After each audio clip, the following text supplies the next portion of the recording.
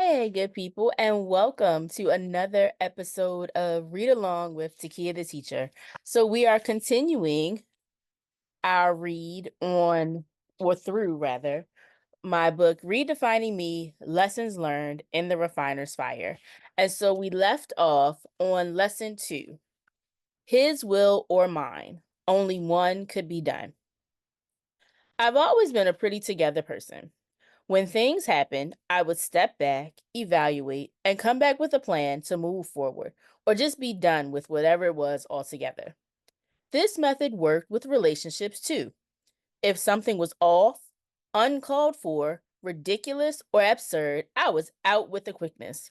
At some point, I may have been told, or maybe I just thought, that I should ease up on people, meet them where they were, and love them through it. And while that was admirable, it was also where I should have made a left at Albuquerque. You remember that from Bugs Bunny? Today, there are countless books, sermons, social media lives, YouTube videos, singles conferences, etc., all warning against the infamous counterfeit. When I was growing up, we were simply given a list of things to avoid, combined with the adamant claim, because God says so. However, walking through life, that only quote unquote worked on things that were direct and blatant. You know, things like don't do drugs because your body is a temple and nobody wants to walk around looking like an addict. Or don't steal because in getting caught, your punishment might involve jail. And finally, you clearly would not date a guy who had no regard for God, church, or even you. I don't recall being warned about undercoverts and coverts, i.e., people who fake those things very well. It was only said to not be equally yoked, which was great, but what did it really mean? In my naivety, I thought it just meant that he should be willing to go to church to learn and develop his own relationship with God. That worked out well for my parents, and it was a decent enough belief, but it was completely inaccurate. I'm a bit of an empath. I will feel your pain of wanting to grow. And if you're committed to growth, then I will do what I can to help you meet your goal. It's a huge part of what my students and other young people I work with say make me a great teacher. Being okay with being the helper and armed with my flawed belief, it was no surprise that I didn't readily see the red flags when I met someone who just couldn't seem to catch a break in life. Although he was sweet, mannerly, nice, and professed to love God. I figured at the very least, we'll be friends and I'll help him find his way back to the Lord. I knew he was interested, but he always had something going on. Our friendship was to become the building block of our relationship. But the reality was that things were always kind of lopsided. I continued believing that the friendship was solid, that people could change for the better, that if I showed love by example, it would be learned and returned, and that if he was willing to work on his relationship with God, that everything past friendship would be sustainable. However, I was mistaken. Here is where I take my onus and accept that I was out of order. When the quote unquote committed relationship began, I attended church probably more out of formality than anything else. It was what you did on Sunday. I would pray to say thanks for life, food, and small victories, but I was not actively reading, seeking, following, listening, or even really hearing his voice. I went to church, heard some good sermons, felt uplifted, and went on with life. On a few occasions, I remember having cried my eyes and heart out to God on Saturday night or even Sunday morning and receiving an on time word that I knew was just for me. I would always thank Him for the immediate answer, but seldom did what I was instructed. I had unknowingly stepped outside of the absolute will of God and went full steam ahead into the permissive. It would be about 15 years before I realized that's what happened. One day, things just weren't okay. I had no inner peace. Everything was in turmoil. The person I thought was my friend seemed in action and in sight to be more of an enemy. There had been instances of physical abuse, which I covered because love covers, right? I was constantly enduring emotional and verbal bashings for unknown reasons, other than the fact that he was unhappy with life and wanted to inflict that on me. I could not make sense of anything. I lost myself and I had no idea where to begin looking. New Year's Eve 2017, I opted not to attend watch night service because it was too cold for the baby, and I planned family time at home together. At midnight, I prayed and watched the ball drop with my children. The following Sunday, like clockwork, I got up, got us dressed, and off to church we went. The only thing I can remember of that first week of 2018 is the overwhelming feeling that this can't be life and wondering, how did I end up here? Honestly, here didn't even have specific GPS coordinates. I was knee deep in postpartum anxiety and I couldn't find a clinician. I could only turn to God. I prayed for help, and one day while scrolling through Facebook, I came across a challenge called Break the Cycle. It was 5 days of morning and evening teachings with a community of believers, and every topic hit home for me. It was everything that I needed. It was my reintroduction to all things Jesus. God answered each and every prayer, cry, and groan of my heart to become whole and get back to Him. I would love to tell you that life was a cakewalk after that, but it wasn't. The one thing that remained and grew was my faith and knowledge in the Lord. Without Him guiding me, I would have drowned in it all. But I am here because He kept me to be able to tell the story. Through the hurt, pain, and monsoons, forget rain. He guided me, not because I was so great, but because I began to pray differently. I asked for His will and His will alone to be done. His will had to reign supreme. It became my focal point in every area of my life. One of the hardest things to come out of agreement with when you're in the wrong is the fact that you are actually wrong. We want to defend our thoughts and actions to the end of the end. But for some things, there really is no defense. We did what we wanted to do, and it went terribly. The end. Even in having landed in this abusive relationship, I had to accept that I walked into it. Dived was probably more like it. I had to make a choice, my will or God's. And it was clear that what I wanted was complete trash and not working. I had to trade my will for His. So I did, and have not regretted anything since.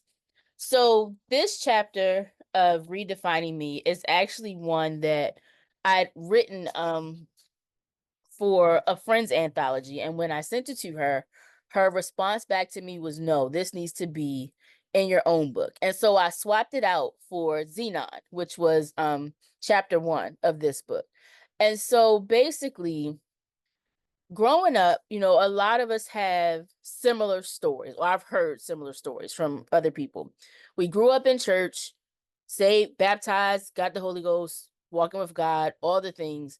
And then you get into young adulthood and you do what young adults do. You want to see the world on your own. You want to live life on some of your own terms or whatever that decides to look like. But you know that church is important. You know that God is everything. But you still got to, you just have this urge to just do what you want to do, right? And so I did that for a number of years. And then in the process of doing that, met the individual who is now my ex-husband. And at the beginning of that relationship, when I looked back at the sum total of it all, there were definitely signs that there were other things going on that I should have caught on to and paid attention to say, go away, um, keep this at bay, do not move any further. However, because I was not praying, I was not reading, I was not seeking, I was not listening, my discernment was all the way off. Like I missed all of them, until really it was too late, because by the time I saw them, I'd already gone down the aisle. And so, yes, God allows U-turns. And as I've said, that's the artist formerly known as my husband. And so, yes, there was a divorce. There were all the things involved in that. We'll get to that later in the book. But the thing is that when you grow up in these environments, like, there's so many different things that you just don't know that you don't know. And one of the biggest things that I traced back for myself, because I went through the work of therapy, I went through deliverance, I was, I did the work, the journals, the writing, the praying, the crying, to figure out how in the world did I end up here. And the bottom of it all was that I had a series of flawed beliefs that started when I grew up. Not from a lack of teaching, but more so from a lack of people answering questions, or even me asking questions. It was a little bit of both. So there were some things that I know I may have asked, but the answer I got back was either A, that's none of your business, or B, just pray about it. But if I'm praying about it, I don't really know what to look for. So, it was a lot of things that were missed opportunities on either side. There were missed opportunities for me to ask more, for me to try to, get to know more about God and his word, and, say, okay, well, can you direct me to scripture? And then on the other side, there were missed opportunities for, those back then to say, hey, well, this is why this is not a good idea. Try this is what happens here. This is what happened to me. So I don't want this to happen to you. And I'm not blaming that on any one individual. Like, you only know what you know. And you can't fault people for what they didn't know or what they chose not to share, because a lot of us in or out of church, especially within Black families and communities, grew up under the guise of, if it happens in my house, it stays in my house. Same thing with church, same thing with your job, same thing with anywhere. Whatever happens to you in your immediate surrounding group of people or whatever stays within that surrounding group of people. So you don't share other information. If you're not in the circle, you don't know all of the details. And in a lot of spaces and cases, it's still the same today. You go to different family events and there's the pockets and the people, whispering about all the things, because nobody still talks about them. Nobody talks about the weird uncle that really had like other issues going on. Nobody talks about the auntie that ran through a string of men for who knows what reason of life she chose to do it. But there's that. Nobody talks about the direct alcoholics, drug addicts, the people that we made Joseph was like, don't leave your pocketbook around when they come around, because they would steal your stuff and go sell it so that they could get high. Like, these are the things that nobody talks about. And part of what I began, rather, not had to, well, both, a little bit of both, but what I began to realize is that in being a teacher, I had to be willing to talk about the uncomfortable things, because talking about the uncomfortable things are the things that save people's lives. They're the things that help people on their way to deliverance. So if nobody talks about the uncomfortable things, people just become okay with being uncomfortable. And so I sat in spaces where I was trying to be okay with being uncomfortable for a very long time, but I was never actually okay, nor was I ever comfortable being uncomfortable. And uncomfortability comes in various formats and spaces. And so, yes, being on YouTube, being TikTok, Instagram, Facebook, any of the social medias talking live, I am uncomfortable.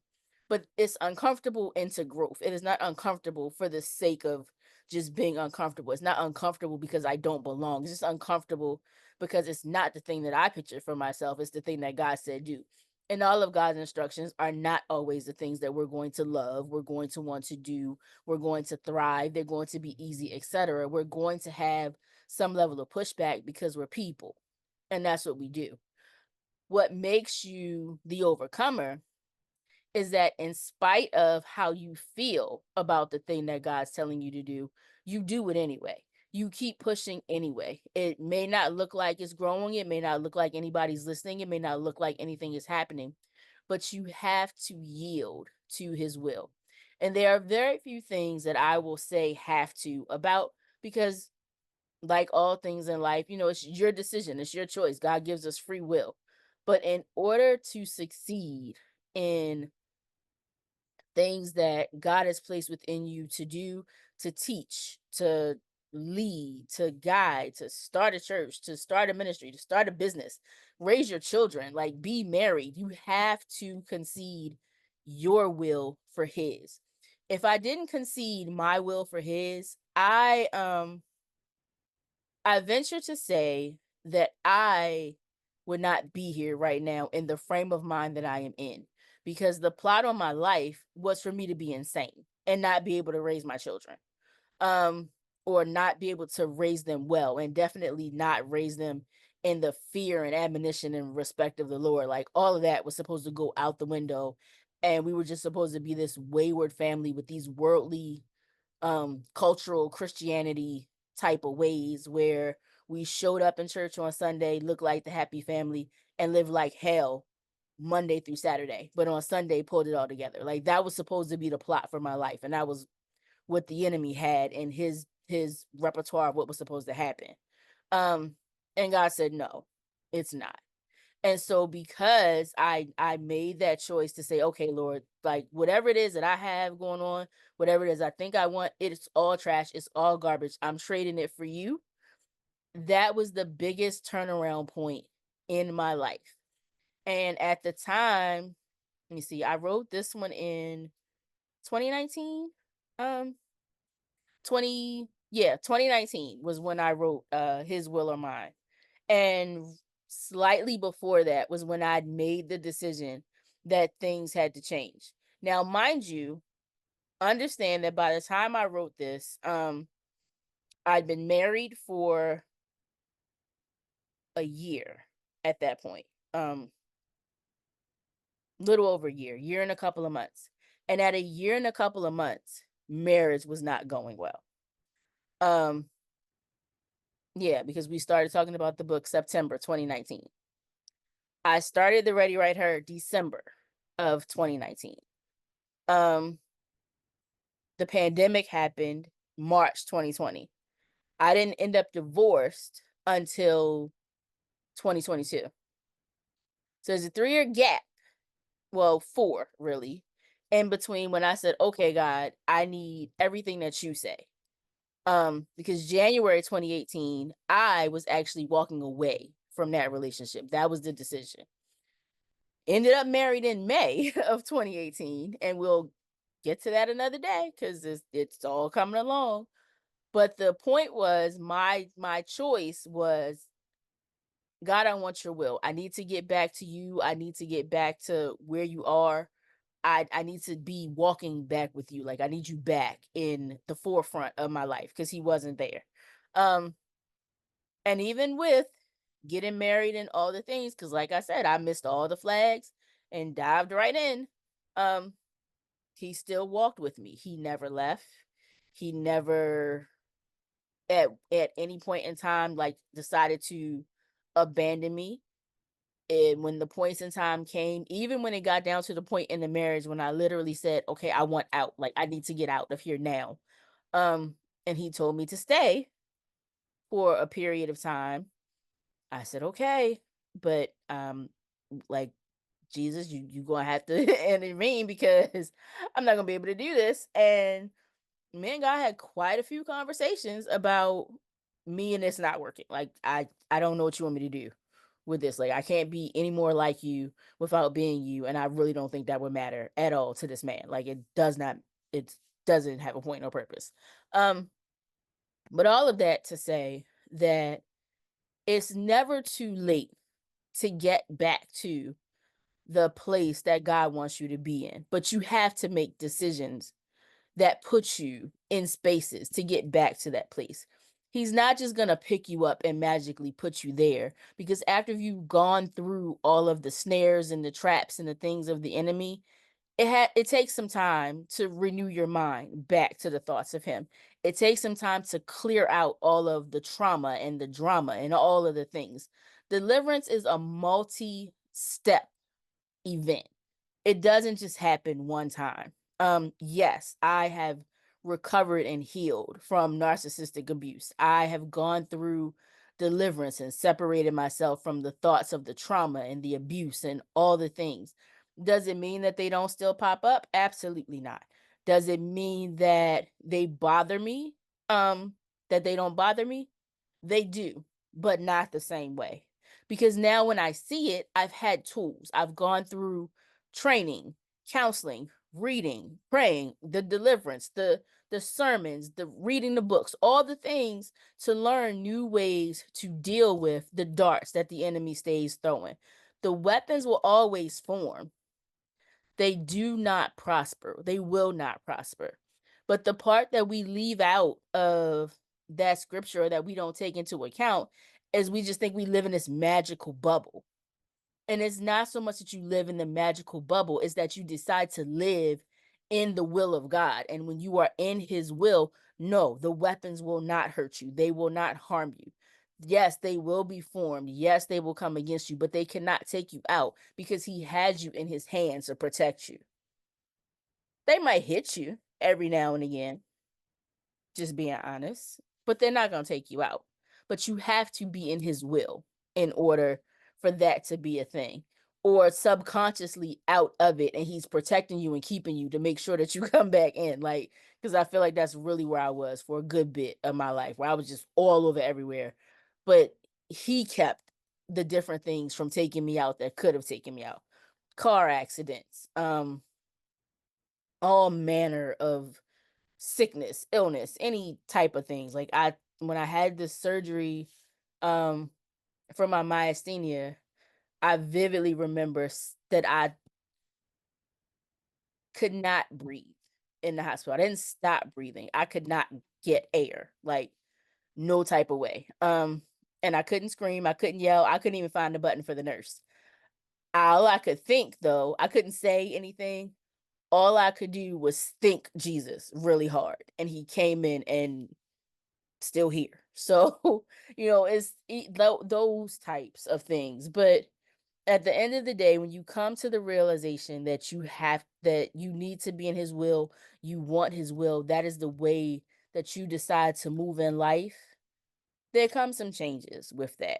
And we're going to keep reading through Redefining Me, because we have all had redefining moments in our lives, and it takes some time to work through them. And like I said, I have no problem talking about the hard things. I teach math for a living. It's already unpopular. Like, this is my lane. This is the spot he put me in to talk about these types of things, because if I don't, who's going to? I haven't seen very many people talk about that. Maybe now on TikTok. I don't know. I don't spend much time there. But the fact is, we all have redefining to do. We all have growing to do. And next week we are going to get into um the re's. It's the chapter I call Give Me All the Re's.